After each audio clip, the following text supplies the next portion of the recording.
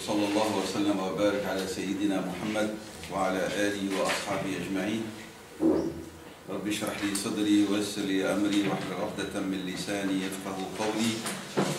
سبحانك لا علم لنا إلا ما علمتنا إنك أنت العليم الحكيم. اللهم علمنا ما ينفعنا وانفعنا بما تعلمنا وانفع بنا وزدنا علما يا رب العالمين.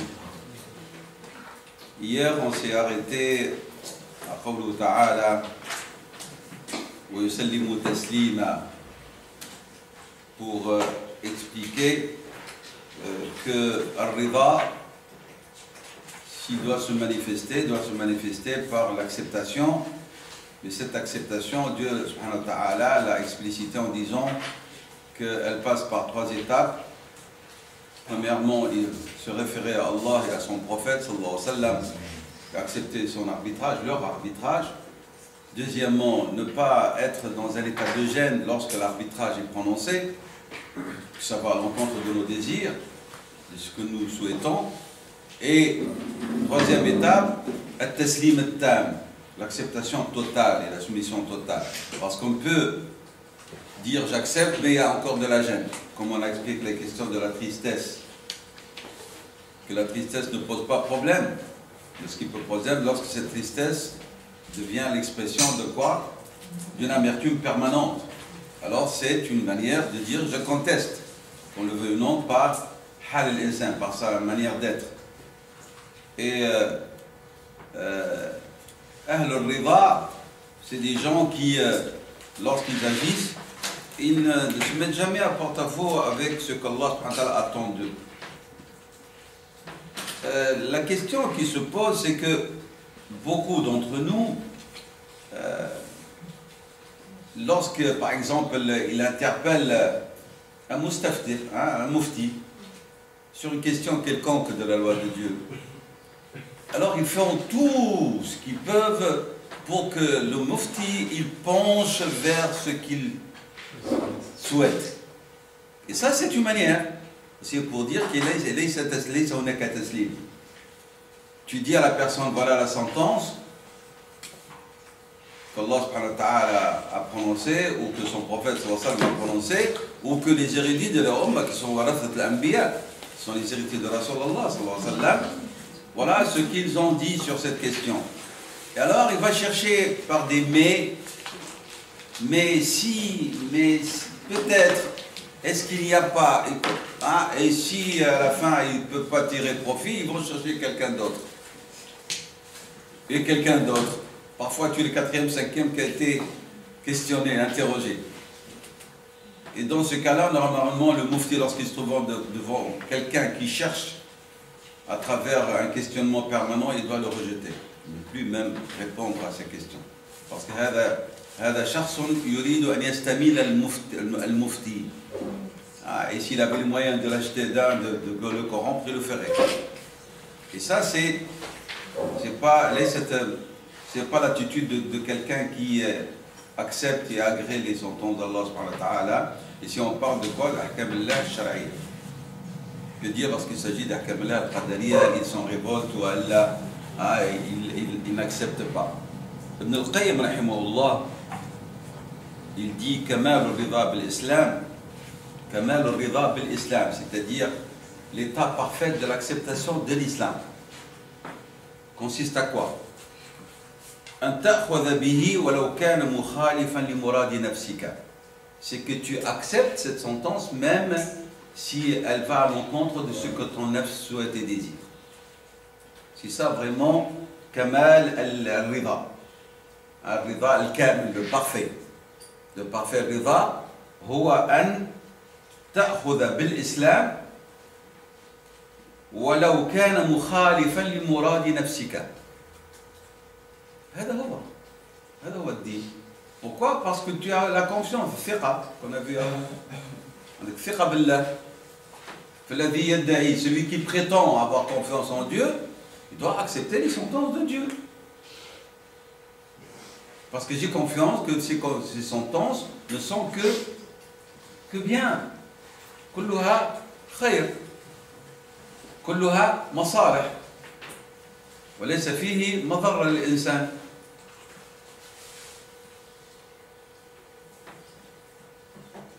même si cette position de l'islam va à l'encontre du prononcé de ton cheikh ou de ton maître. Ah, parce qu'il y a des gens, parfois tu lui dis, يقول الله, ولكن الشيخ a dit, le cheikh متاعك il est dans l'erreur.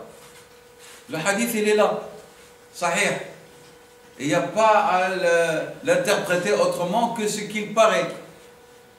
Non, le Jama'a, mon groupe que je suis, ils se sont prononcés sur cette... voilà. Et Jama'a, qu'ils sont dans l'erreur.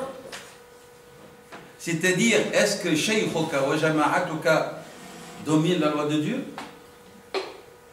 Al-Haqqu wa Allah subhanahu wa ta'ala. Wal-Haqqu wa shar'u Allah. Wa laysa qawlu al-Shaykhi wa la qawlu al-Jama'a. C'est clair? On connaît les gens par la vérité et non pas par leur cheikh et par leur groupe. Nous connaissons les rijal ou les nisa, les vrais croyants, on connaît بماذا؟ بالتزامهم بالحق, par leur engagement dans la voie de la vérité. Et non pas parce qu'ils font partie de tel groupe où ils sont les disciples de tel cheikh ou tel cheikh. C'est pas comme ça. Donc ça c'est très important. Beaucoup de gens, en vérité, ils acceptent l'islam lorsque le prononcé de l'islam ne va pas à l'encontre de leurs désirs et de leurs choix. Alors là, ça leur plaît. هم يرضون بالإسلام إذا كان الإسلام في منفعتهم في مصلحتهم. Et dans le cas contraire, non. Et nous avons vu des exemples concrets de ce genre-là, où tu as des gens qui viennent s'interroger, vous interroger sur la position de l'islam par rapport à tel problème, et lorsqu'ils ne trouvent pas ce qu'ils souhaitent, ils disent non, on va aller en justice. Ce moment-là, c'est le droit positif qui prend le dessus. On va aller en justice. Pour Hukm Allah, oh, il est venu chercher Hukm Allah. On n'a pas obligé. Et lorsqu'il a vu que Hukm Allah ne lui donne pas tout ce qu'il veut, alors il est allé chercher. Ou la sœur, par exemple, un cas concret.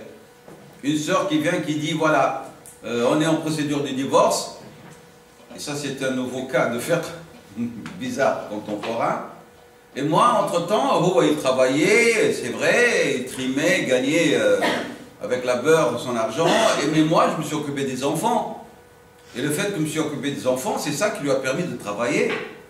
Et donc, nous sommes à l'instant de divorce, je demande la moitié de ses biens. Comment ?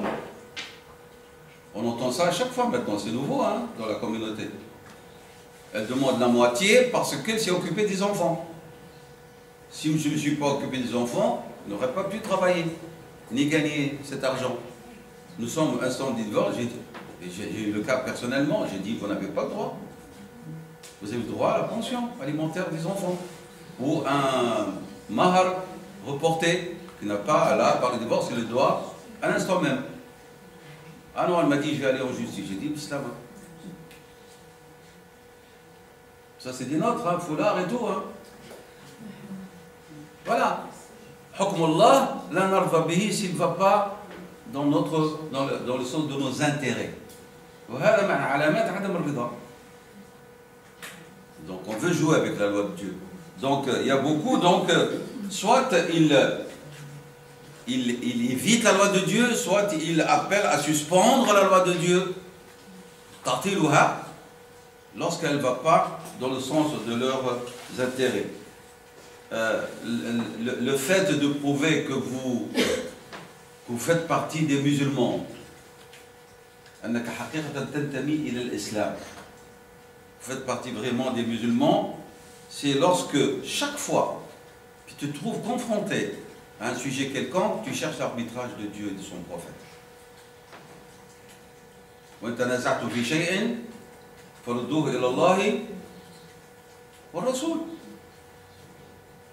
En cas de différend ou quoi, on fait directement l'arbitrage de Dieu et de son prophète. C'est la démarche des croyants.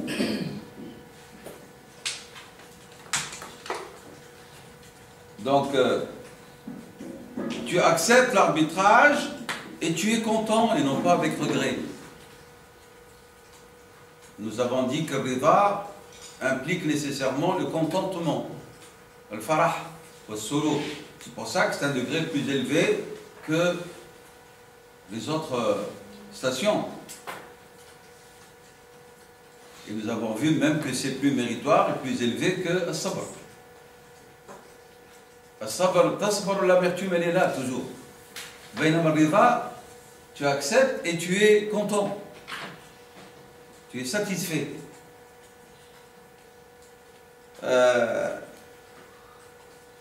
Ibn al-Qayyim, rahimahullah, il dit, dans cette démarche-là, en vérité, de ceux qui acceptent réellement et sont satisfaits, en vérité, on parle de ce que le prophète sallam appelait les ghuraba. Ce sont que ceux qui vont devenir étrangers parmi les gens. Oui, ils sont différents.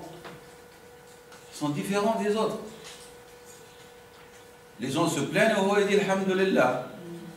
Les sœurs se plaignent, elles disent alhamdulillah. Haqiqatan, il n'y a pas alhamdulillah formule. Hein? Enfin, celui qui agit ainsi, il devient un individu bizarre en cette époque. Et ces ghuraba-là, il a dit Ibn al-Qayyim,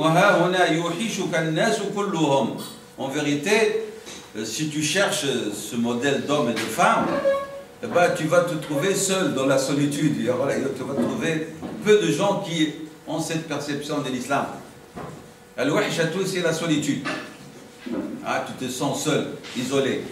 Et il est ici, Ibn al-Qayyim dit, en vérité, si on regarde l'ensemble des gens, ça, il parle de ça à son époque. Hein. Je veux dire, de notre époque à nous.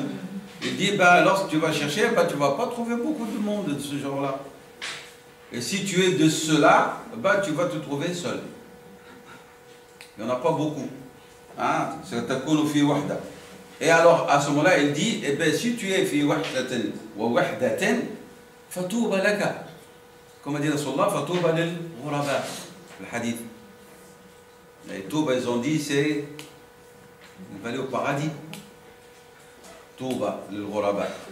Donc, tu auras la récompense suprême si tu fais partie de ces individus rares et isolés. Et ça, maintenant, il ne parle plus de l'engagement au niveau de l'islam, il parle maintenant du vécu spirituel. Et combien de fois, Ibn al-Qayyim revient sur une idée, il insiste, il dit ne te fie pas au nombre des gens et à la foule qui sont dans la voie de l'égarement. Ils sont nombreux. Il dit, lorsque tu choisis la voie du cheminement vers Allah subhanahu wa ta'ala, tu vas être pas seul. Il n'y en aura pas beaucoup, il n'y aura pas de la bousculade sur la voie du cheminement spirituel. Il n'y a pas beaucoup de gens. Je ne parle pas de ceux qui sont dans les halaqat de dhikr et dans les confréries. C'est pas ça. Moi je parle des vrais. Comme tu vas dans la mosquée, tu vois la mosquée elle est pleine. Oui, elle est pleine, mais quelle est la qualité de ceux qui sont là? Il y a 4, 5, 6 personnes. Et c'est peut-être grâce à ces 4, 5 personnes qu'Allah subhanahu wa ta'ala pardonne à ceux qui sont là, parce qu'ils n'ont pas le mérite. Donc, que dire lorsqu'il s'agit de cheminer? Eh bien, il dit, lorsque tu prends la voie du cheminement de Suluk, fala yaghurrannaka kathratu an-nas, dans l'autre voie. Tu regardes et ils sont nombreux là. Et tu te regardes toi, tu vas trouver que tu es seul ou avec quelques-uns. Tu dois être patient parce que c'est la voie de l'excellence. Et la voie de l'excellence, elle-même, elle sélectionne ceux qui la méritent, au fur et à mesure. Donc tu vas être parmi al-ghuraba. Et puis, il a mentionné le hadith Ibn al-Qayyim, qawlu sallallahu alayhi wa sallam, fatouba lil-ghuraba. Donc, une récompense. ولذلك رحمه الله il disait إذا أخذت بدين الله فلا يوحشنك التفرد. Si tu veux vivre réellement la religion de Dieu, ne te sens pas lésé ou ne t'attriste pas parce que tu vas te trouver dans l'isolement. Tu vas te trouver solitaire et seul.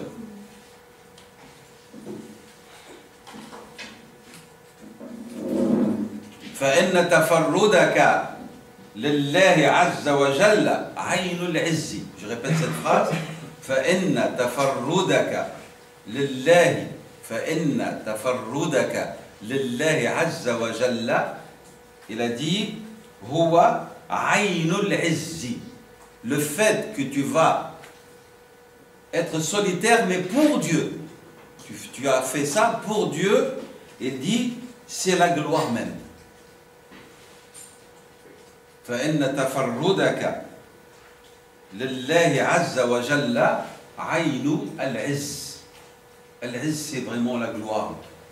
Il dit, ben, la gloire, la vraie gloire, c'est lorsque tu te trouves seul, mais pour Dieu. Tout le monde fait ce haram, et toi tu dis non. Donc, tu as choisi une voie solitaire de ne pas suivre la voie de l'interdit pour qui? Pour Allah. Et tu es seul. Et on nous sort toujours cette formule. Ben, il faut comme ça. Tout le monde fait ça. Non, moi je veux être solitaire pour Dieu. Parce que je suis solitaire pour Dieu, parce que c'est ce qu'il veut. Subhanahu wa ta'ala. Et c'est pas d'où on a dit ne veut pas le rendre légal et licite. C'est pas parce que la masse elle s'implique dans l'interdit que cet interdit va être halal. C'est pas parce que deux contractants ont manifesté leur accord et le contrat il est islamiquement haram que le contrat il est valide. Il y a des gens qui disent mais ils sont d'accord les deux, le vendeur et l'acheteur. Oui, mais quelle est la valeur de ce contrat islamiquement? Il fait partie des contrats interdits. Ben, le contrat est interdit. Laysa ridha al-mutabayyi'ayni qui donne légitimité à un contrat. C'est sa conformité à la loi de Dieu qui lui donne légitimité. Nous sommes d'accord? Huma, il joue sur quoi? Il joue que parmi les conditions d'un contrat valide en islam, l'accord et le consentement des deux contractants. Vous le savez, on en a parlé. Oui, mais il y a autre chose. Le sujet du contrat doit être un sujet licite. Nous sommes d'accord? Le bida à la marchandise doit être une marchandise halal. La procédure doit être une procédure halal. Et non pas, on va faire par exemple un contrat de l'Aïna. Je viens et j'ai besoin d'argent en vérité. Je demande à Hajar, est-ce que tu ne peux pas me vendre, c'est un commerçant, est-ce que tu ne peux pas me vendre ce vélo? Elle me dit d'accord, combien? 5 000. Je l'achète à 5 000, moi qui ai besoin d'argent, puis après je lui vends, elle me l'achète à 4 000. Et on s'est mis d'accord que je dois le rembourser dans 2 mois, ou 4 mois. Mais je lui vends le vélo à 4 000.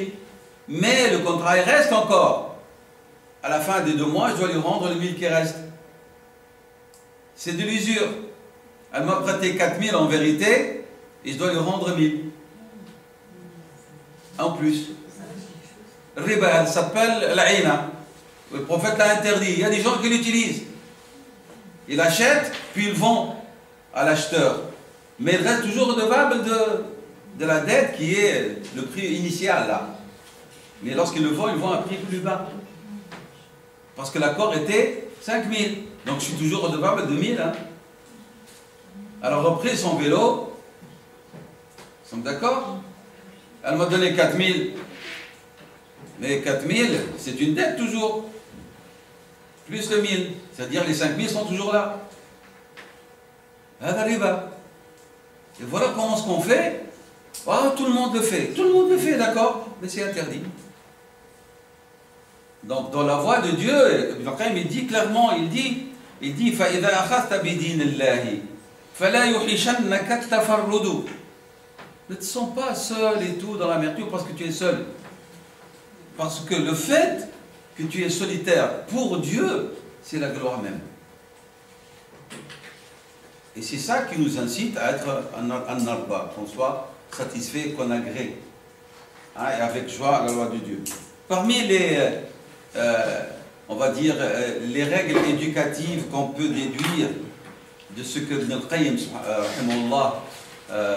propose dans son discours sur la question de Rida, lorsque tu es quelqu'un d'attaché à la loi de Dieu, et tu essaies d'être en conformité avec la loi de Dieu, et tu te sens isolé dans une société ou dans ta famille, hein, dans ton groupe, tu es le seul qui s'attache. Et les autres, même ils te dénigrent, ils te réprimandent, ils te rejettent, te méprisent. Alors il dit, c'est ce qu'il dit Ibn Qayyim, dit, Allahumma zidni iqtiraban, Seigneur, rajoute-moi encore plus d'isolement. Hein? Wa wahshatan, Allahumma zidni wa wahshatan min al-alami, de ce monde. Fais en sorte que je sois encore plus éloigné et plus solitaire de ce monde. Mais Seigneur, en contrepartie, accorde-moi plus d'intimité avec toi. Donc il dit, lorsque tu te sens comme ça, tu dis Allahumma zidni wahshatan wa iqtiraban wa unsan bika. C'est-à-dire, Seigneur,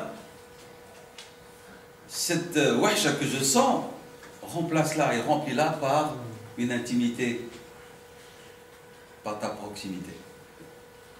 Chaque fois que l'un d'entre vous se sent un peu isolé dans sa famille, dans son groupe, à cause de sa religion, de son attachement, qu'il dit ça, il dit Ibn Qayyim, il dit Faliyaqul Allahumma zidni, Seigneur, pas de problème, augmente mon isolement de ces gens-là qui me rejettent, mais en contrepartie, donne-moi plus d'intimité avec toi. Wa zidni unsan bika. C'est ce qu'il nous dit, rahimahullah ta'ala.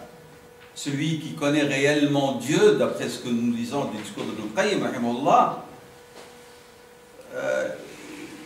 mais il a garni son cœur par la présence d'Allah subhanahu wa ta'ala, il ne se sent pas isolé. L'amertume, c'est lorsque la personne s'isole du monde, soi-disant pour ses principes, mais en contrepartie, il fait des choses qui l'isolent encore de Dieu. Là, c'est la perte. Donc, si tu t'isoles pour Dieu, alors sois sincère. À ce moment-là, tu vivras l'intimité et la proximité d'Allah subhanahu wa ta'ala.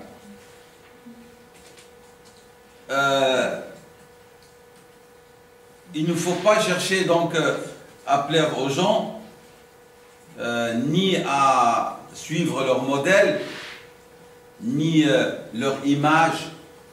Quel est le terme que utilise Ibn Qayyim pour parler des images, des choses qui sont pas réelles et qui sont futiles et des illusions. Donc. Il y a un terme qu'il utilise. Al-Rasm, Al-Rusum, Al-Rasm, on en a parlé.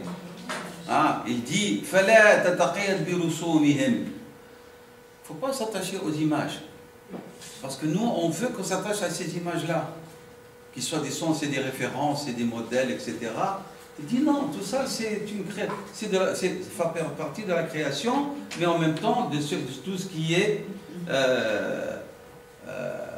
illusion par rapport à la vérité absolue. Il ne faut pas chercher la sympathie des gens en mettant en cause Allah et sa satisfaction. Et ne peut faire cela, il dit Ibn Qayyim, que celui qui a aperçu avec son cœur Ayn al-Haqa'iqi, que celui qui a aperçu les vérités de l'islam, de tout ce qui est attrait à Allah subhanahu wa ta'ala. À ce moment-là, oui, tu peux facilement te débarrasser de tout ça, de toutes ces attaches. Ça s'appelle les attaches, hein, qui font que la personne ne peut pas se transcender, parce qu'il y a des attaches terrestres. Il y a le fait de rechercher la sympathie des gens, leurs images qu'ils nous offrent, hein, la complaisance, etc., au prix de ce qui plaît à Allah subhanahu wa ta'ala. Alors que c'est dans l'autre choix où il y a la quiétude et la paix, la transcendance et l'agrément sublime de Dieu subhanahu wa ta'ala. الرضا بالنبي صلى الله عليه وسلم رضيت بالله ربا وبالإسلام دينا بسيدنا محمد صلى الله عليه وسلم نبيا ورسولا. الرضا بالنبي. Qu'est-ce que cela implique? Ça implique nécessairement de ne pas s'opposer à ses ordres. أول شيء, bien sûr, ça veut dire l'imam bin Nubuwwatihi, etc. Ça c'est clair. C'est des choses parmi des choses finies. On ne va pas en discuter. Quelqu'un qui parle de tazkiya et il va encore se poser la question est-ce que Sayyidina Muhammad est Nabi véritablement ou non? Non, ça c'est des questions finies. Maintenant, on passe à un autre stade. Ce stade où je dis raditu. Ou bien Muhammadan radit. Ça veut dire raditu billahi rabban, raditu bil islami dina, raditu bi Muhammad sallallahu alayhi wa sallam nabiyyan wa rasulan. Que veut dire raditu bi Muhammadan nabiyyan wa rasulan sallallahu alayhi wa sallam? Nécessairement, première chose avant tout, de ne pas se trouver en opposition avec ce qu'il a ordonné de faire ou de ne pas faire. Adam al-mu'arada.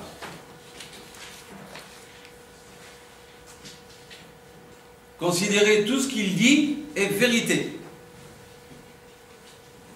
Est vérité. On a compris, on n'a pas compris les sagesses et les hikam et les ma'ani. C'est en second plan.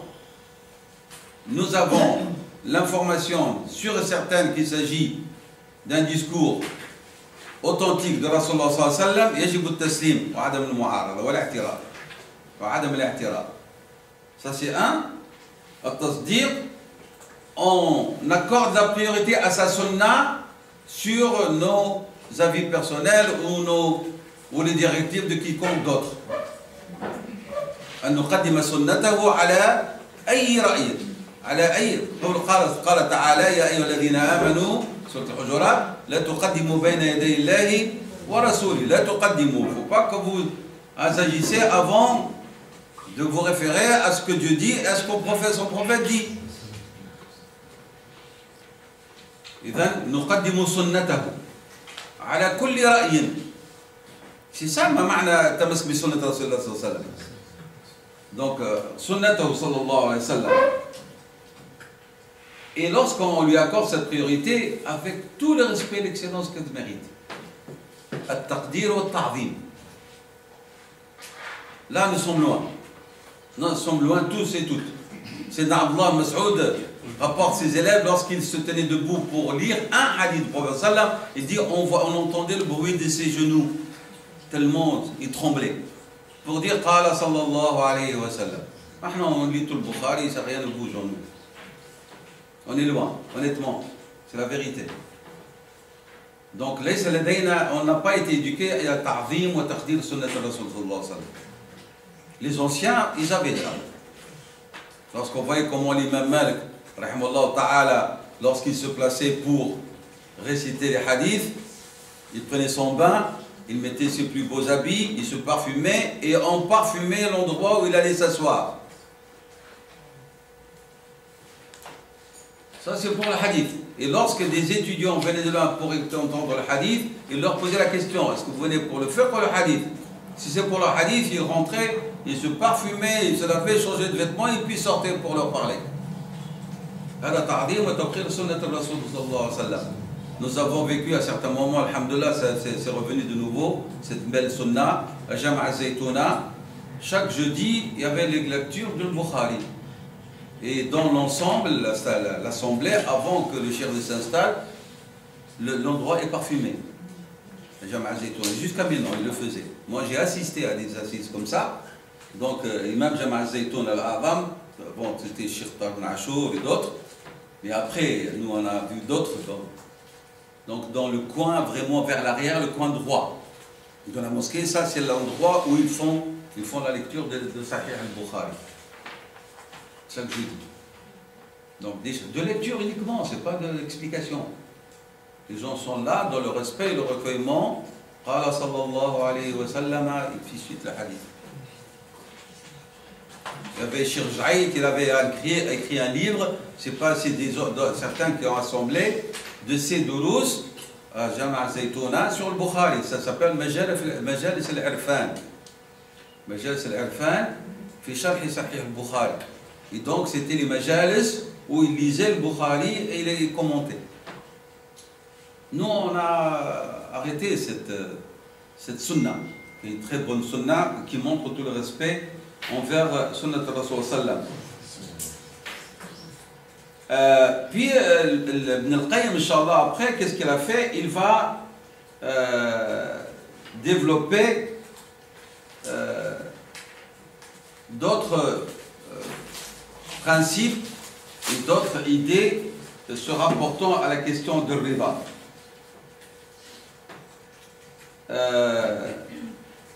et il dit Al-Abdu, le serviteur, yarda an rabbihi. Le serviteur est satisfait de son Seigneur. Yarda an rabbihi. On a parlé de tout le discours, c'est An yarda an Allah. Wa an narda. Mais maintenant, il va développer que veut dire An narda an Allah. Radiyallahu anhum wa radu anhum. ما معنى أن نرضى عن الله سبحانه وتعالى؟ يقول العبد يرضى. Oui, le serviteur يرضى عن ربه. Mais attention, lorsqu'on dit أنت ترضى عن الله, il ne faut pas que cette idée effleure ton esprit que Dieu peut éventuellement avoir commis une injustice à ton égard et toi, tu es tellement bon, ترضى عن ربي سبحانه وتعالى. C'est pas comme ça. Attention, il dit que cette idée, parce qu'en général, c'est-à-dire, ce que tu as fait, non, il dit, c'est pas de cette manière-là qu'on appréhende la question de l'Idha an Allah subhanahu wa ta'ala. Il a dit, إِيَّاكَ أَن تَعْتَقِدَ وَلَوْ لِلَحْظَةٍ وَاحِدَةٍ, pour un instant, أَنَّ اللَّهَ قَدْ ظَلَمَكَ فِي شَيْءٍ مَا. أبدا. Allah subhanahu wa ta'ala, ismuhu al-adl. Parmi ses noms.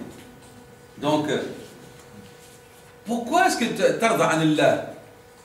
Mais parce que nous avons dit que tu as fait la démarche de l'avoir connu. لأنك عرفته. فمعرفتك, ta connaissance de Dieu subhanahu wa ta'ala, c'est celle qui va te mener vers cette satisfaction de ta part envers Allah. ترضى عن الله لأنك عرفت الله. فمعرفتك بالله سبحانه وتعالى معرفتك de quoi? كمال قدرته, sa قدرة parfaite. عرفت علمه سبحانه وتعالى, son omniscience, sa justice, et que s'il t'a prédestiné quelque chose, tout ce qu'il t'a prédestiné n'est que du bien. حسن الظن بالله ولك عنده علاقة بمعرفتك بالله. المعرفة أساس كل شيء هي المعرفة. C'est le fondement de toute chose, la connaissance de Dieu. Donc cette connaissance d'Allah subhanahu wa ta'ala, c'est elle qui va te mener à être satisfait de lui subhanahu wa ta'ala. Et puis Ibn al-Qayyim va nous rapporter une citation de Ibn Atta, là, rahimahullah ta'ala. Il dit الرضا هو سكون القلب. الرضا, je vais traduire, هو سكون القلب إلى قديم اختيار الله للعبد. الرضا هو سكون القلب إلى قديم اختيار الله للعبد أنه اختار له, أنه يعني الله اختار له الأفضل فيرضى به. أنه اختار له الأفضل فيرضى به. Je traduis, il dit الرضا, la satisfaction, c'est lorsque ton cœur se trouve où il est, comment est-ce qu'il est, dans un état de quiétude et de paix et de sécurité. Par rapport à quoi? Par rapport à ce que Dieu t'a prédestiné anciennement. Qadim veut dire dans l'azal. Parce que ceci en rapport avec quoi? Avec ilmullah. وقد أخضر الله. Est-ce que Allah subhanahu wa ta'ala ilmu jadid? ilmullah qadim. فلذلك هو قال سكون القلب إلى قديم اختيار الله. Ton cœur est en paix, il est en état de quiétude et de sécurité, de sûreté par rapport à ce que Dieu t'a choisi, mais de toute éternité, parce que c'est en rapport avec Al-Mullah, de toute éternité. Hein? À quoi? Quel est le sujet de cette quiétude? C'est que Dieu t'a choisi le meilleur. Il a choisi pour toi le meilleur. Alors, la conséquence, c'est quoi? Fatal Babi. C'est pour ça qu'il est satisfait et qu'il est dans cet état de quiétude. Donc, l'abd yarda an Allah parce qu'il a son cœur en paix par rapport à ce que Dieu lui a prédestiné dans sa science ancienne, et que ce qu'il lui a préconisé dans sa science ancienne, c'est le meilleur pour lui. C'est pour ça qu'il en est satisfait. Et on revient à ce qu'on a dit tout à l'heure. Ici, ça montre qu'il s'agit avant tout de connaître Allah.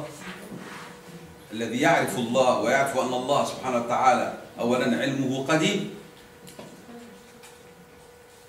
فقدر الله هو l'expression de علمه سبحانه وتعالى.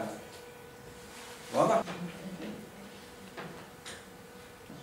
Ibn al-Qayyim rahimahullah dit la satisfaction du serviteur de son Seigneur.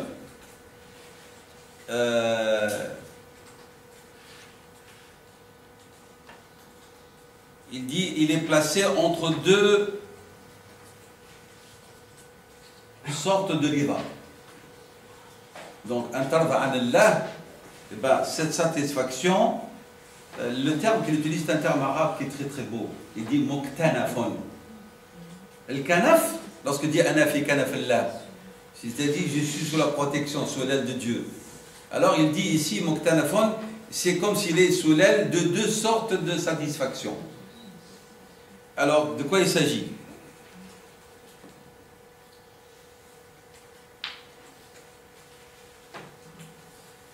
Premièrement, il dit,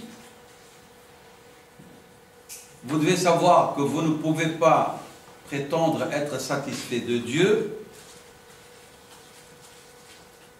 que si vous vous soumettez, vous acceptez ses décrets. Ça c'est une. Et lorsqu'on dit soumis, vous dire vous agréez, vous acceptez ces degrés. Tarva bi aqdiyatihi. Aqdiyatihi si jama' qada. Donc il dit votre satisfaction de Dieu, elle est placée ou elle est sous l'aile de deux sortes de satisfaction. Première, c'est que vous devez, comme serviteur, être soumis à Allah et accepter ses décrets. Et si vous arrivez à ça, sachez que vous n'êtes pas arrivé par votre propre effort. Vous y êtes arrivé parce que Dieu, il est satisfait de vous. C'est pour nous dire, en fin de compte, toujours le fadl, yaoud à qui? Yaoud yadallah, le fadl, c'est le fadl kanta. Comme on a vu, hein, on a effleuré, on n'était pas allé loin dans la question de l'amour de Dieu. Ici dans le Coran, il y avait un savant, il a dit, je croyais que c'est moi qui aimais Dieu, alors qu'en vérité c'est lui qui m'aimait. Lorsque Dieu il t'aime, il te donnera son amour. C'est pas toi qui as par ton exercice spirituel que tu es arrivé à aimer Dieu. Non, si tu dis que j'aime Dieu, ça c'est parce que Dieu t'a aimé avant. Et lorsqu'il t'a aimé, alors il te permis de l'aimer. Falfort de Yaoud à qui? Lillah. Même lorsque vous dites j'aime Dieu, en vérité c'est parce que Dieu t'aime. Et tu es arrivé à dire j'aime Dieu. Alhamdulillah alladhi hadana li hada wa ma kunna linahtadiya lawla an hadana Allah. فلم تهتدي بنفسك فنهتديت فالله الذي هداك. C'est pour ça que dans le Coran, Dieu nous apprend cette invocation. Alhamdulillah alladhi hadana l'islam. Mais en vérité, وَمَا كُنَّا لِنَهْتَدِيَ لَوْلَا أَنْ هَدَانَا Allah. فالفضل كله لله. فإذا أنت رضيت عن الله فاعلم بأن الله رضي عنك.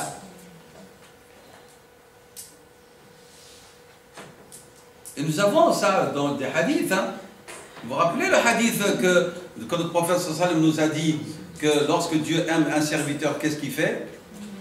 Il appelle l'ange Gabriel, lui dit j'aime un tel, aime-le. Puis l'ange Gabriel lance un message, on va dire, dans le ciel, il dit Dieu aime un tel, aimez-le. Puis quelle sera la conséquence? Et puis après, yuktabu lahu, l'acceptation et le respect et tout auprès des gens de la terre. Donc si vous, sur terre, vous avez des gens qui vous respectent, vous aiment, sachez-le, c'est parce que Dieu qui vous a aimé, qui a permis cela. Et non pas parce que vous êtes sympathique, et que vous êtes souriant, et parce que vous avez de l'argent, et vous êtes serviable. Pas du tout. Il y a des gens qui sont serviables, ils ne sont pas aimés. Il y a des gens qui sont sympathiques, ils ne sont pas aimés.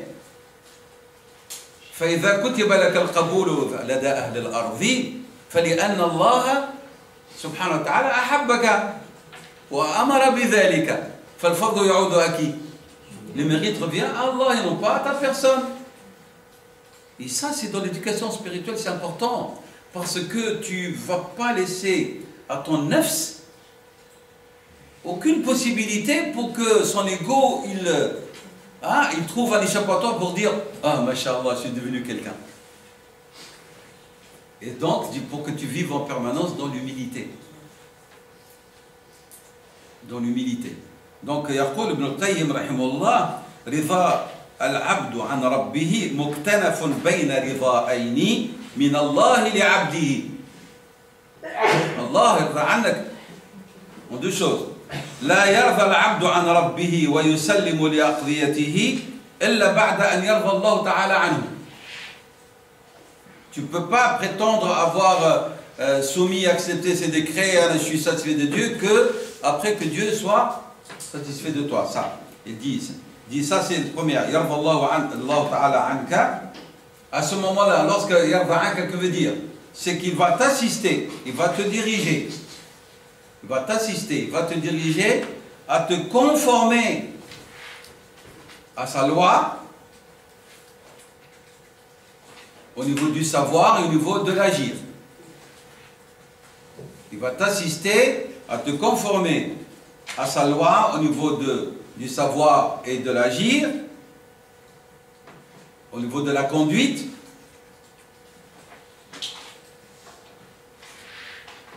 Lorsque Dieu va t'assister à avoir tout cela, qu'est-ce qui se passe? Lorsque le musiba arrive,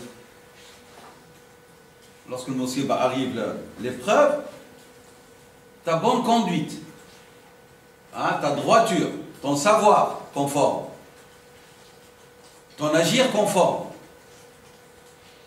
ils vont te pousser à affronter l'épreuve sans aucune contestation.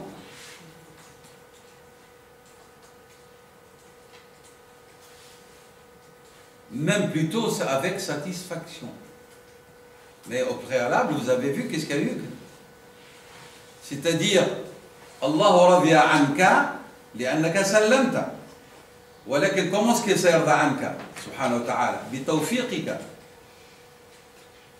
سيوفقك لماذا؟ للاستقامة وللالتزام بشرعه علما وعملا وسلوكا.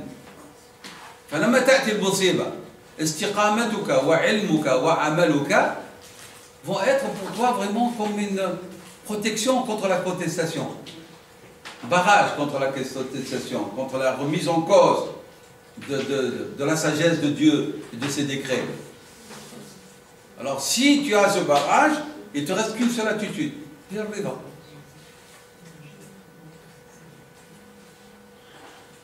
واضح هذا الكلام؟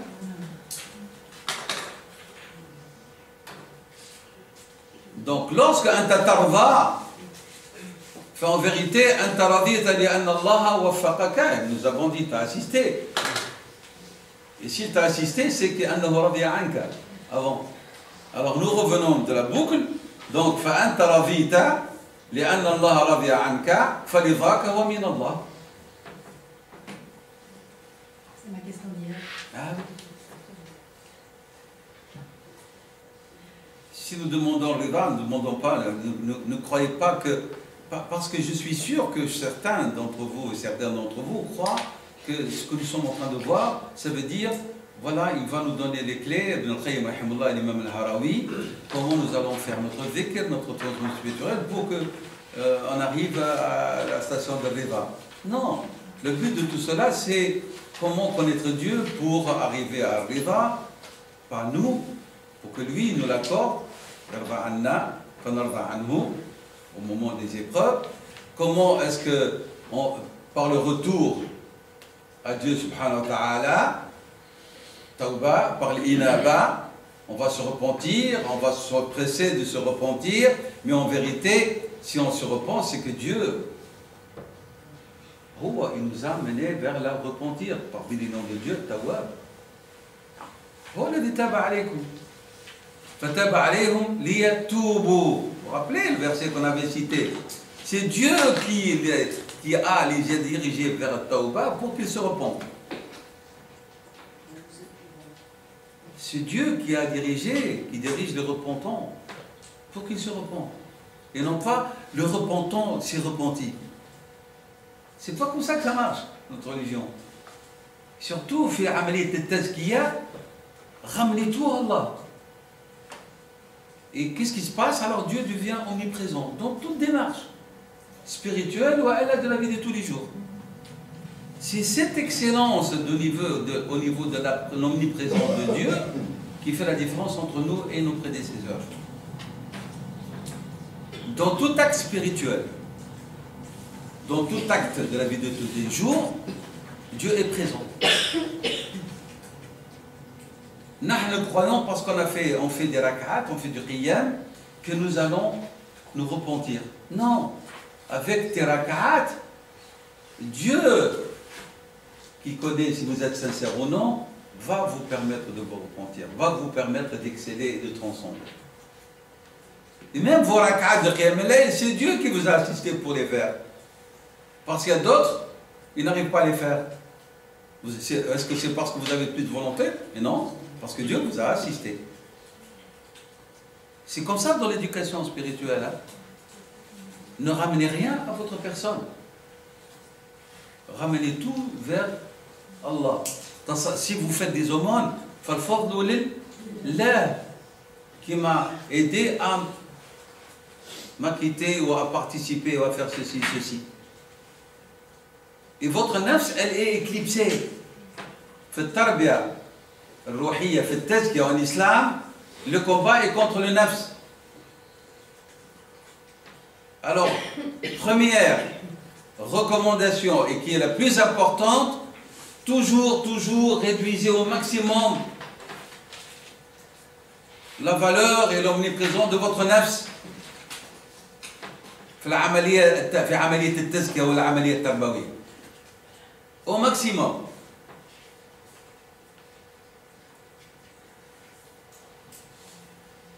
وننسب الفضل لمن؟ إلى الله سبحانه وتعالى. قل إن الفضل بيد الله يؤتيه من يشاء. التزكية c'est نحن نزكي أنفسنا. C'est nous faisons la tazkiya. Mais Allah yuzaki man yasha. C'est Dieu. C'est Dieu qui purifie qui il veut. Alors pourquoi on fait? Parce qu'il nous l'a demandé de le faire. Et si on le fait, c'est parce qu'il nous a assisté pour le faire. Vous voyez, il nous l'a demandé. Et si on le fait, c'est grâce à son assistance, subhanahu wa ta'ala wa tawfiqhu. Et si on arrive à quelque chose, c'est une gratification min Allah subhanahu wa ta'ala. Et jusqu'à maintenant, je n'ai pas dit nafsi. Vous voyez?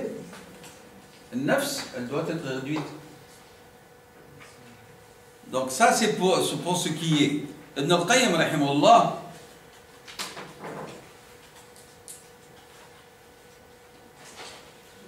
la satisfaction de Dieu envers son serviteur est plus grande et plus importante que la satisfaction du serviteur qui ne peut obtenir que par l'assistance de Dieu. Je répète, la satisfaction d'Allah envers son serviteur est plus grande que la satisfaction du serviteur à l'égard de son Seigneur. Et cette satisfaction du serviteur envers son Seigneur, il l'acquiert par l'assistance d'Allah.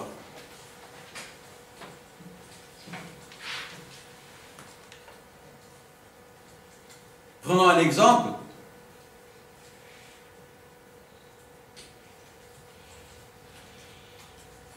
Lorsque tu dis « je suis satisfait d'Allah », c'est-à-dire je suis satisfait de celui que j'aime, et je suis satisfait de celui que j'aime, plus que, et ma joie, elle est plus intense et importante que ce qu'il me donne. هذا المحبوب le bien-aimé. أنا راضي بمحبوبي. Et puis il y a الرضا بما يعطي المحبوب. Il y a la satisfaction de ce que le bien-aimé donne. Ibn al-Qayyim il dit, focalisez-vous sur la satisfaction de votre bien-aimé, c'est tout. Et non pas vous êtes satisfait de lui parce que il vous donne. الرضا بالمحبوب أعلى مقام من الرضا بما يعطي المحبوب. Nous ne devons pas aimer Dieu pour ce qu'il donne. Nous devons aimer Dieu pour ce qu'il est. C'est clair? S'il me donne la joie, le bonheur familial, l'aisance financière, la bonne santé, je suis content parce que celui que j'aime, il m'a donné des choses que j'aime. Et je suis satisfait de lui. Non, vous n'êtes pas satisfait de lui, vous êtes satisfait de ce qu'il vous a donné. Mais la satisfaction de Dieu, vous faites abstraction de ce qu'il donne. Bien ou mal, entre guillemets, selon votre jugement. Vous l'acceptez parce que ça vient de celui que vous aimez. Et celui que vous aimez, il est bon par essence, Ar-Rahman Ar-Rahim. Il est le Hakam, il est le sage par essence. Et donc, vous l'aimez, vous aimez tout ce qui vient de lui. Pourquoi lorsqu'on aime quelqu'un, surtout au niveau de l'amour, même si il s'énerve, il se fâche, on cherche à le réconcilier, et si on ne le voit pas, on est dans un mal-être, etc. Donc on accepte même des choses qui font mal, celui qu'on aime, parmi les humains. Pourquoi lorsque ça vient de Dieu, on n'est pas content? Ça veut dire que notre amour de Dieu n'est pas aussi intense qu'on le croit, qu'on le prétend. Ça, c'est dans l'exercice de la vie, ça. J'aime ma femme, j'aime mon mari, j'aime quelqu'un. Mon amour devient amour-passion. On a vu les différents degrés de l'amour, vous vous rappelez? Qui devient même de la folie. Le genoune et tout. Et donc, cet amour de la personne, on a vu même dans la poésie arabe que, comme chez Ibn Hazm, le type amoureux qui vient embrasser le sol d'où elle est passée sa bien-aimée. Elle est passée par là, elle vient passer la poussière. C'est pour ça que pour Ibn al-Qayyim et les savants musulmans, l'amour il est accepté en islam, mais le ishq il est interdit. Parce que le ishq c'est l'amour-passion qui rend aveugle la personne pour faire tout le haram, tout le mal. Le ishq, c'est l'amour-passion. Et donc, ce qu'on appelle à la folie. Ça, c'est envers un humain. De tout ce qui vient de lui. Si on l'aime passionnément. Quelle est l'intensité de notre amour envers Allah pour que puisse accepter ses décrets et qu'on ne se conteste pas lorsqu'il s'agit de quelque chose qui fait mal, il y a de l'amertume. Le bien-aimé, il vous fait vivre de l'amertume. Il y a des ruptures et le type reste toute sa vie dans l'amertume et il ne se marie même pas ou elle ne se marie pas. Et lorsqu'il est prouvé par Allah subhanahu wa ta'ala, il n'accepte pas. Donc ça montre la valeur, c'est pour ça que Ibn Qayyim dit ça, c'est un mot profond. Il a dit, il y a une différence entre ar-ridha bi mahboubika ou ar-ridha bima yu'ti min mahboubika. Il y a une différence. La clé c'est que tarda bi mahboubika. Lorsque tarda bi mahboubika, à ce moment-là, ça tarda de tout ce qui vient de lui. Même si c'est pas, ça va à l'encontre de tes attentes. Rahimahullah. Pourquoi? Parce qu'en général, il dit on narda bima yati min mahboubina ma yatamash ma hudud an-nafs. Surtout dans la question de l'éducation spirituelle, où le travail il est encore à faire, on accepte ce qui vient de notre bien-aimé qui est Allah subhanahu wa ta'ala, tant que cela plaît à notre nafs. Mais lorsque ça ne lui plaît pas, le pas blesse. Là, c'est pas le riva. Le riva, vraiment, c'est lorsque tu acceptes tout, même ce qui ne plaît pas à ton nafs.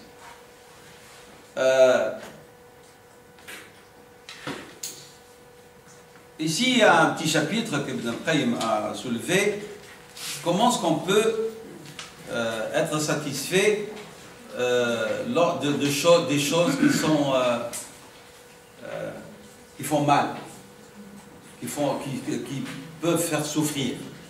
Hein, il a intitulé ça في كيفية الرضا بالمكروه. المكروه pas le répréhensible ici. Le makruh c'est-à-dire ma nakra, ce que nous n'aimons pas. Pourquoi? Parce qu'il est sujet de souffrance, hein, de douleur. Comment?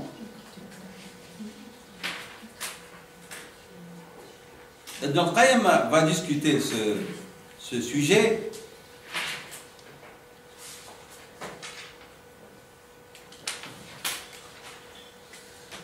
Avant de passer à ce sous-chapitre rapidement, donc comment on doit avoir comme attitude vis-à-vis d'Allah? Il faut toujours avoir une bonne opinion d'Allah. Et ça, c'est une introduction à ce que nous allons voir. Hein? Toujours avoir une bonne opinion d'Allah, même s'il y a des makar, même s'il y a des sujets et des choses qui nous arrivent, qui font mal, qui font souffrir, que notre nafs n'aime pas. Parenthèse, nos savants, ils disent, puisque parlons de la bonne opinion, avoir une mauvaise opinion des gens, sans justification, est interdit en islam. Prendre ses précautions, bien sûr, ça c'est exigé, c'est demandé. Il ne faut pas être naïf. L'islam n'aime pas les gens qui sont naïfs. Al-mu'minu, le prophète a dit, kayyisun fatinun. Kayyis, c'est quelqu'un de très de perspicace et d'éveillé.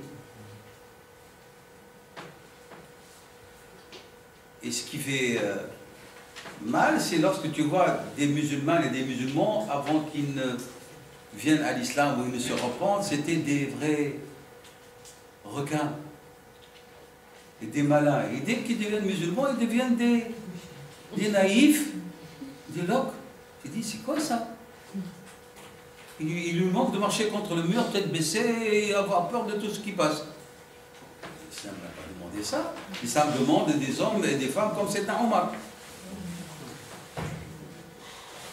Il n'aime pas les gens qui sont des naïfs, n'importe qui veut leur donner une bourde. Aussi de Khol Allah yarham waldik en plus. C'est quoi ça? C'est une attitude qui n'a rien à voir. Kayyisun, fatin, éveillé. C'est Omar l'a expliqué, il a dit lastu bil khabbi wa la al khabbu yakhda'uni. Vous savez ce que veut dire le khab? Le khab, c'est quelqu'un, comme on les voit dans le quartier populaire, celui qui marche comme ça. Hein, hein. Non, je ne prétends pas. Tu ne prétends pas être un caïd, c'est dans la maladie. Mais celui qui prétend l'être, il ne peut pas me la faire à moi. Voilà, dans le langage cru. Lastu bil khabbi. ولكن الخب لا يخدعني, il ne peut pas la passer, il ne peut pas m'avoir.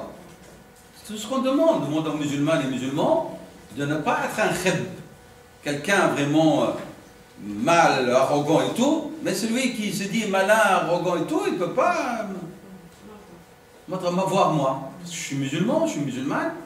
Il y en a qui sont fatin.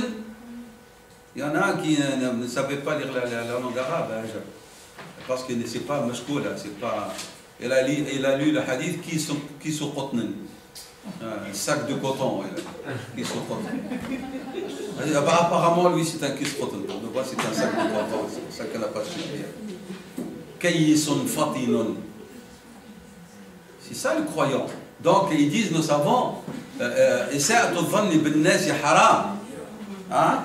Isa'atu dhanni bin nafs. Ouais, shifon. Isa'atu dhanni bin nas haram. Mais que tu as mauvaise opinion de ton nafs, c'est obligatoire et nécessaire.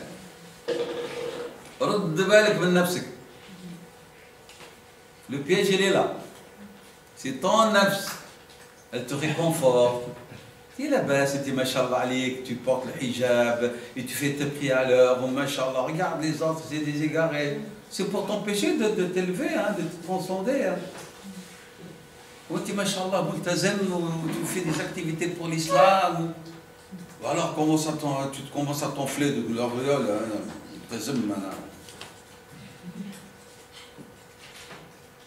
C'est d'Abu Bakr al-Siddiq, il avait peur de l'enfer. Al-Farouq, il avait peur de l'enfer. Parce qu'on a certains aspects de la pratique religieuse, le chemin, on n'a pas commencé à parcourir le premier pas dedans. C'est clair? Ils disent donc,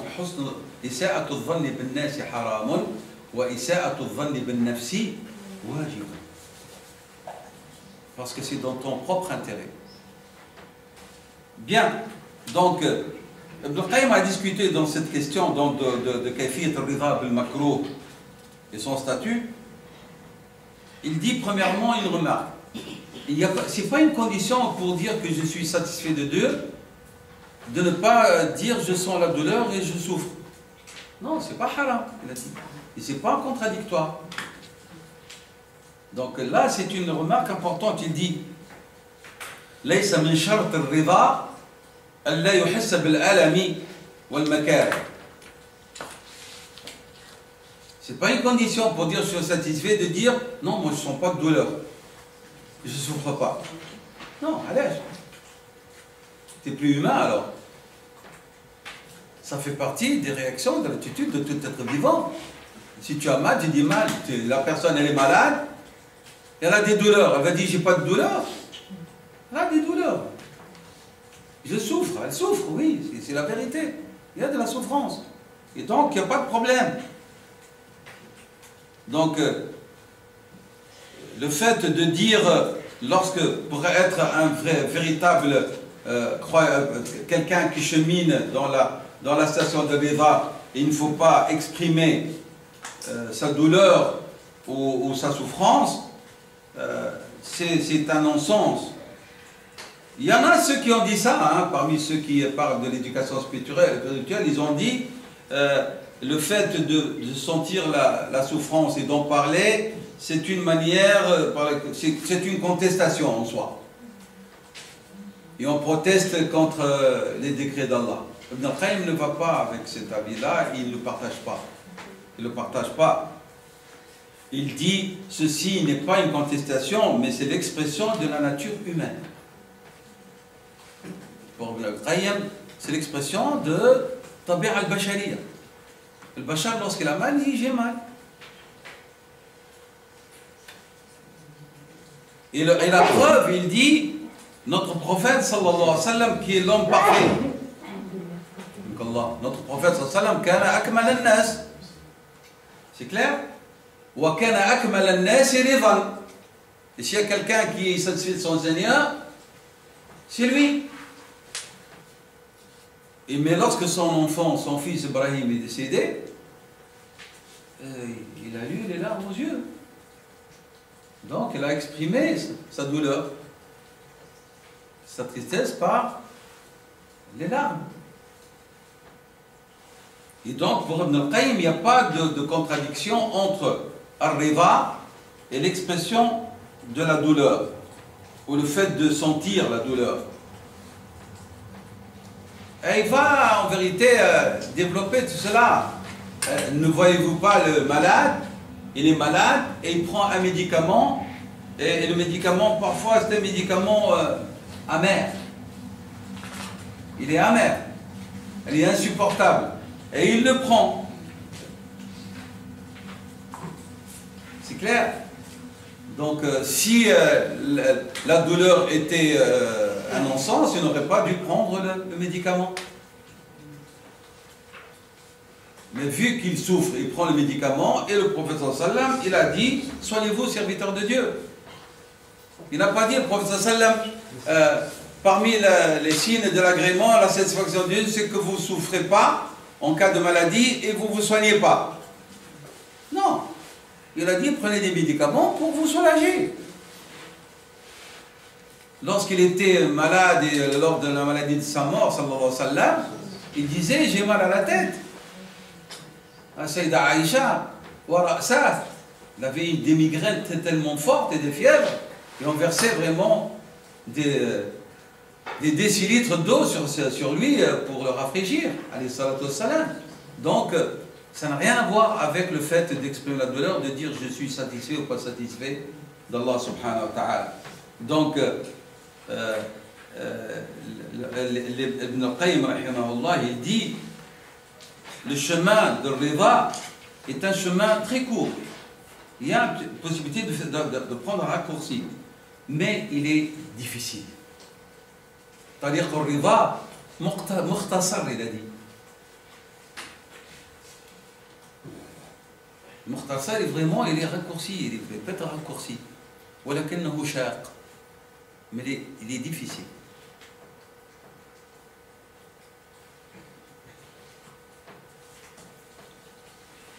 Et il dit, l'obstacle le plus important sur votre chemin pour atteindre le degré de Rida, c'est que vous devez avoir une forte résolution. Vous devez posséder ou vous armer d'une forte résolution. Vous devez avoir de l'ardeur dans votre démarche. Et c'est là où il y a la difficulté. En arabe, il a dit يجب همة عالية. همة عالية. فهي أول عقبة, premier vraiment obstacle sur votre chemin pour atteindre al-Rida. Et si vous l'atteignez, c'est par, nous avons dit, grâce à l'assistance de Dieu.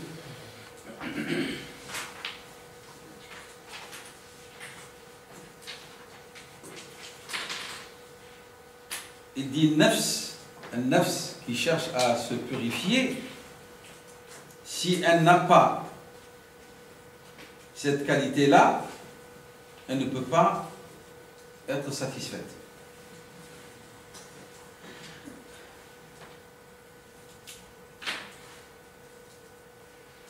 Qu'est-ce qui peut faciliter l'acquisition de Rida? C'est lorsque tu connais ton nafs. Nous avons dit hier, nous avons posé la question, qu'est-ce qui est le plus urgent et le prioritaire? Connaître Dieu ou connaître son nafs? Il y a ceux qui ont dit connaître ton nafs est prioritaire. Parce qu'en connaissant ton nafs, tu connaîtras ton Seigneur. Et d'autres disent le contraire. Donc ici, il dit Ibn al-Qayyim, ma'rifatuka bi'ajzika wa bi-dha'fika est un des moyens qui va te faciliter cette transcendance. Donc nous avons dit première chose, l'ardeur, forte résolution, et deuxième chose, ma'rifatuka bi nafsika ay bi dha'fi nafsika wa ajzika. Ta faiblesse, ta dépendance, ton incapacité, et donc tu as besoin de Dieu subhanahu wa ta'ala. Et que tu es quelqu'un d'incomplet, d'imparfait. Et donc en l'occurrence ici pour la question de la souffrance, puisque tu es un être imparfait, incomplet, donc tu es sujet aussi à la souffrance. À subir des, on va dire, les conséquences des obstacles qu'il faut te rencontrer dans ta vie. Et donc, ces obstacles qu'on appelle épreuves vont s'exprimer à travers la souffrance. Si en cas d'échec ou en cas d'amertume et tout.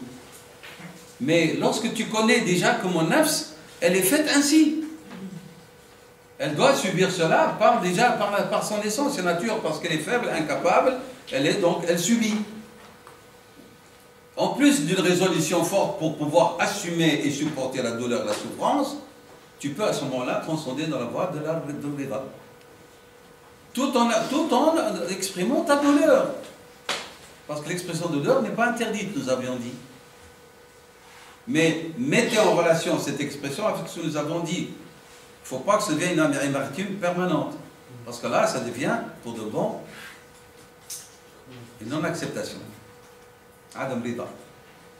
Donc, Ibn Qayyim, rahimahullah, il ajoute un troisième point, mais il dit, et tu ajoutes à l'ardeur, à la forte résolution, à ta connaissance de ton nafs, faiblesse, incapacité, tu ajoutes ta connaissance de la miséricorde infinie de Dieu. Tu ajoutes à ça. C'est très important.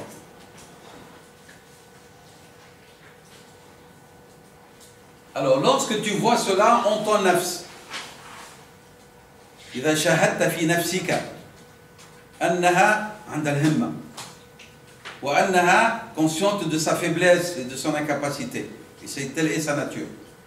وعلمت في نفسك وشهدت بقلبك رحمة الله سبحانه وتعالى.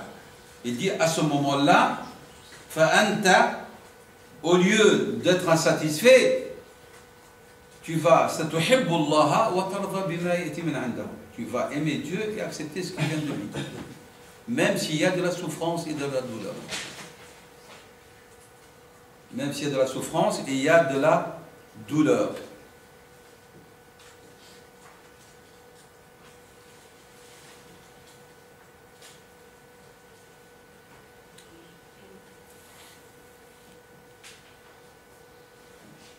Et là, il nous rappelle, Ibn al-Qayyim, la relation vraiment incessante entre Rida et Al-Mahabba.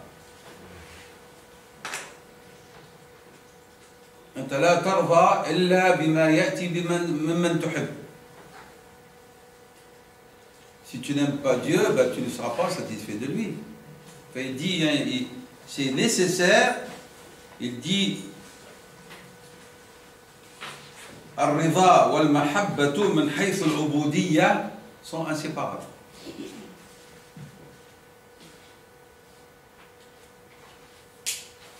Et même il va plus loin, il dit, et pour lui il préfère que le serviteur réussisse, que son cœur soit rempli d'amour et de satisfaction, c'est mieux qu'un cœur rempli de crainte et d'espoir.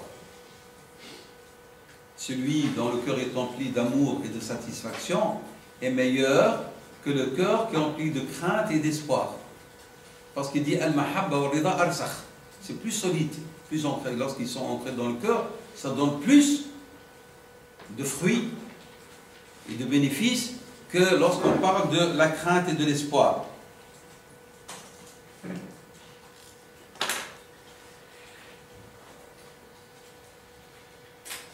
Et la preuve, il dit que Al-Mahabba wa Rida, ce sont des qualificatifs, si tu arrives à les acquérir, elles ne peuvent pas se séparer de toi et elles sont incessantes même dans le paradis. C'est une manière de lui pour dire, regarde la continuité de l'important. Bainama al-khawf wa raja, une fois que dans le paradis, disparaissent. Mais le mahabba wa rida continue dans le paradis. Alors il dit, il vaut mieux avoir ces deux-là. ترضى عن الله وتحبه في الدنيا ويتواصل حبك ورضاك عنه وعنك في الجنة أيضا.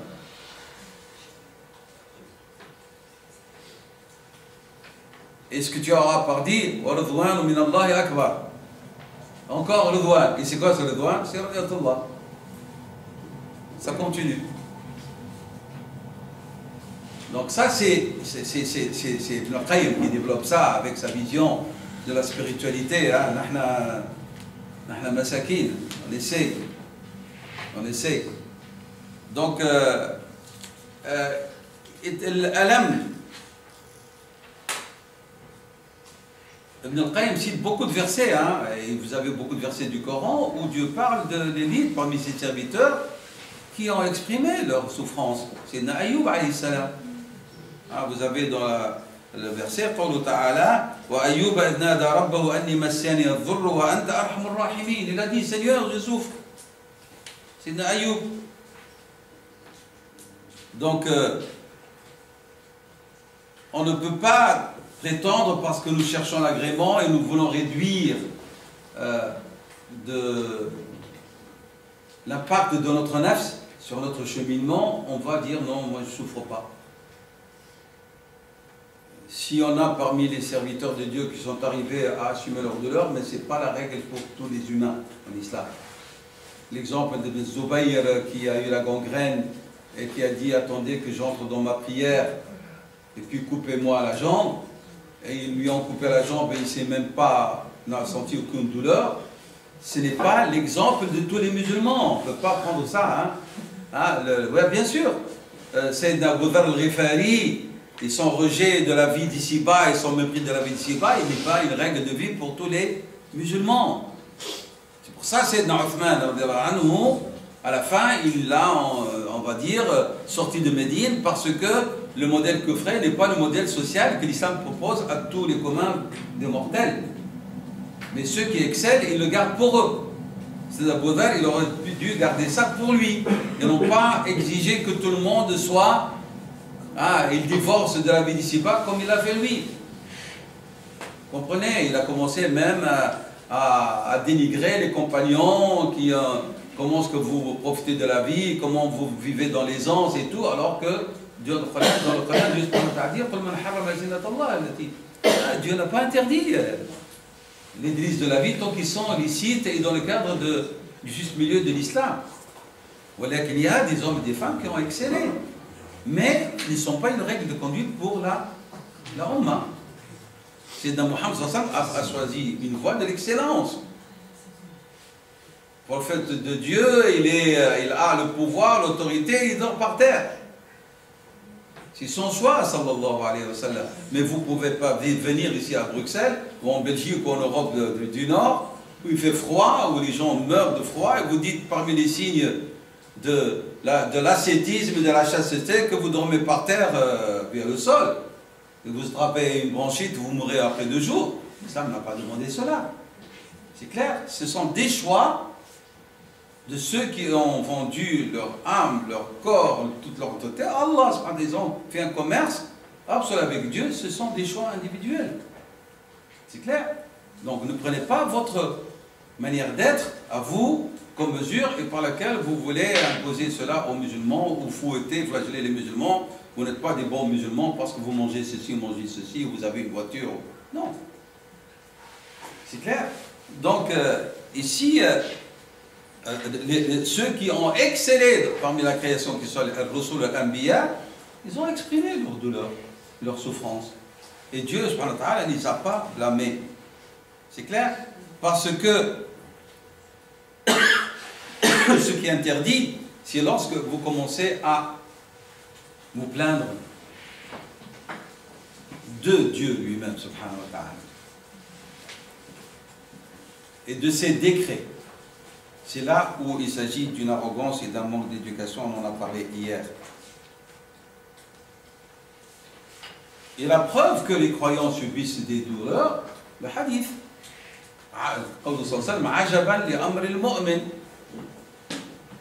Et il a dit clairement, in asabahu, amruhu kulluhu khayr. In asabathu dharra sabara, fakana khayran lahu. Le hadith, c'est une autre version, hein. Ce qui nous apporte, nous, ici, dans ce hadith sahih, donc, le croyant peut subir des dommages, des souffrances. Mais il s'arme de la patience et de l'asbab.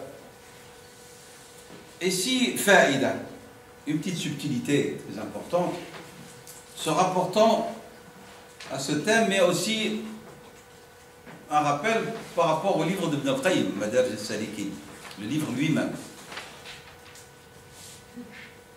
Lorsque vous parcourez, c'est-à-dire si vous maintenant vous trouvez les sœurs et les frères, il faut regarder un petit peu le parcours qu'on a fait jusqu'à maintenant, jusqu'à cette 31e ou la 30e station. Qu'est-ce que vous constatez? Vous constatez que cet ouvrage, il a pour sujet principal la glorification d'Allah, puisqu'il ramène tout à Dieu subhanahu wa ta'ala. Ce que cherche le Qayyim à travers son livre, c'est nous inculquer et éduquer notre nafs,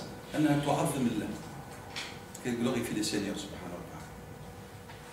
Et qu'elle réduit l'impact de notre nafs au maximum.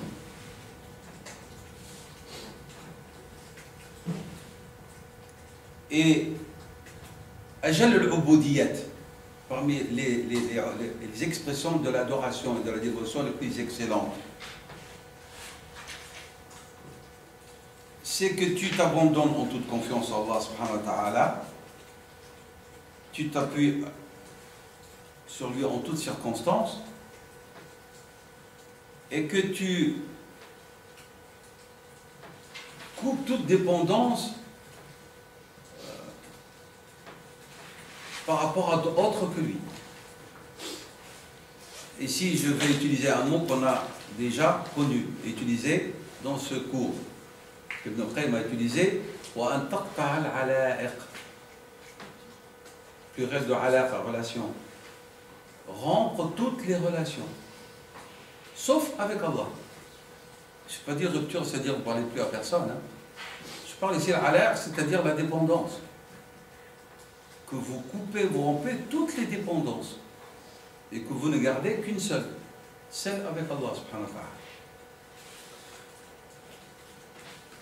C'est ça vraiment le but. C'est-à-dire, tastarni billahi amman siwa. Tu te suffis de Dieu et tu rends avec tout autre que lui. Oui, mais je travaille, je commerce, je fais ceci, oui, mais tu ne leur accordes pas le statut de la relation privilégiée avec Allah. Parce que toutes ces ala'iq, ce sont des rusoum, c'est des images. Et l'alaqa al-haqiqiyya, la vraie alaqa, c'est avec Allah subhanahu wa ta'ala. C'est une condition dans la tazkiya. Qat' al-ala'iqi,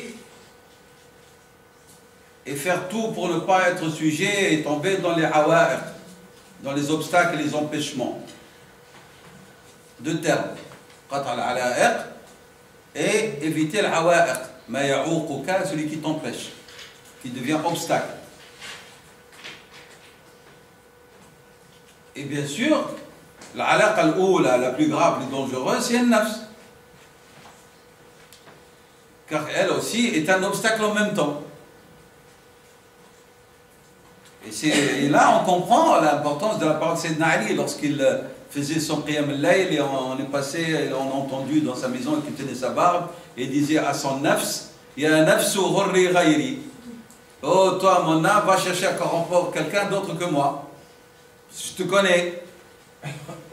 Ah, et c'est pour ça qu'il a dompté, radiallahu anhu.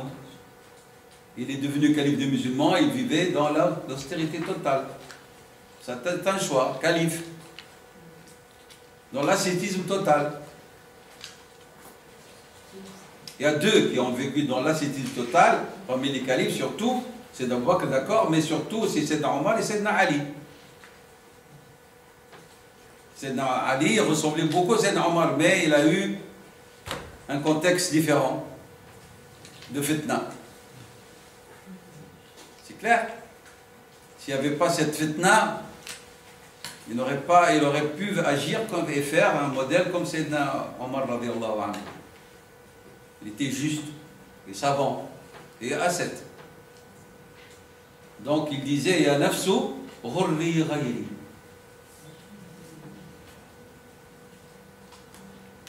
Un nafs ne sera pas habilité à jouir et à être récompensé par la proximité avec Allah subhanahu wa ta'ala, sauf si vraiment elle est domptée. Ça c'est un. Mais aussi, nous devons savoir que cette nafs, elle est sujet de petit là. Elle est sujet de petit là.